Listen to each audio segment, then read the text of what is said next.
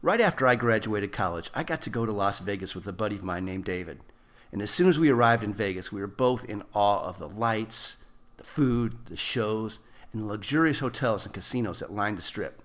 For two small town kids from Missouri, we were blown away by the excess and beauty of the place. Anyway, I'm not a gambler, and I never have been.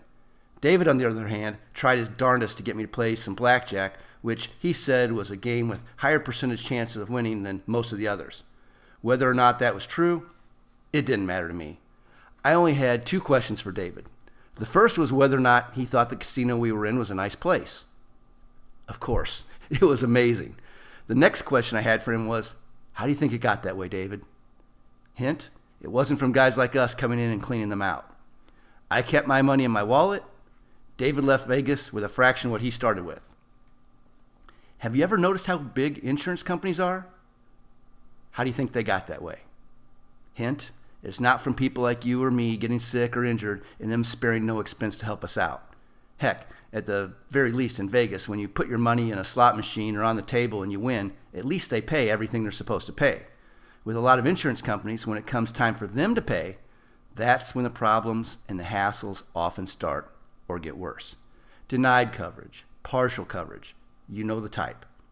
Their job is to maximize their profits. That means they strive to pay the least amount of money they possibly can. And people like me and you have to play Mother May I with the insurance companies. One of the cheapest options offered by insurance companies is drugs and other pain medications. And in case you hadn't noticed, drug companies are pretty big too. Want to take a guess at how they got that way? As comedian Chris Rock says, there ain't no money in the cure. It's obvious why drug companies aren't as interested in producing drugs that solve the problems causing your pain as they are in helping you mask the pain and make it somewhat bearable. As long as the pain can be reduced by their drugs to the point that you can live with it, they've got you as a repeat customer and their revenues will continue to grow.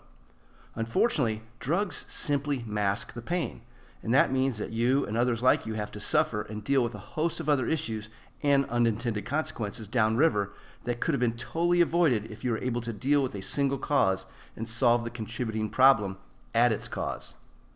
Drugs don't stop degeneration. Health problems can continue to decline as your condition deteriorates. Additionally, sometimes the treatment is worse than the problem. The focus and specialty of our practice is around diagnosing and addressing orthopedic issues. By that I mean pain and discomfort of the neck, back, knees, ankles, hips, shoulders, elbows, wrists, and hands.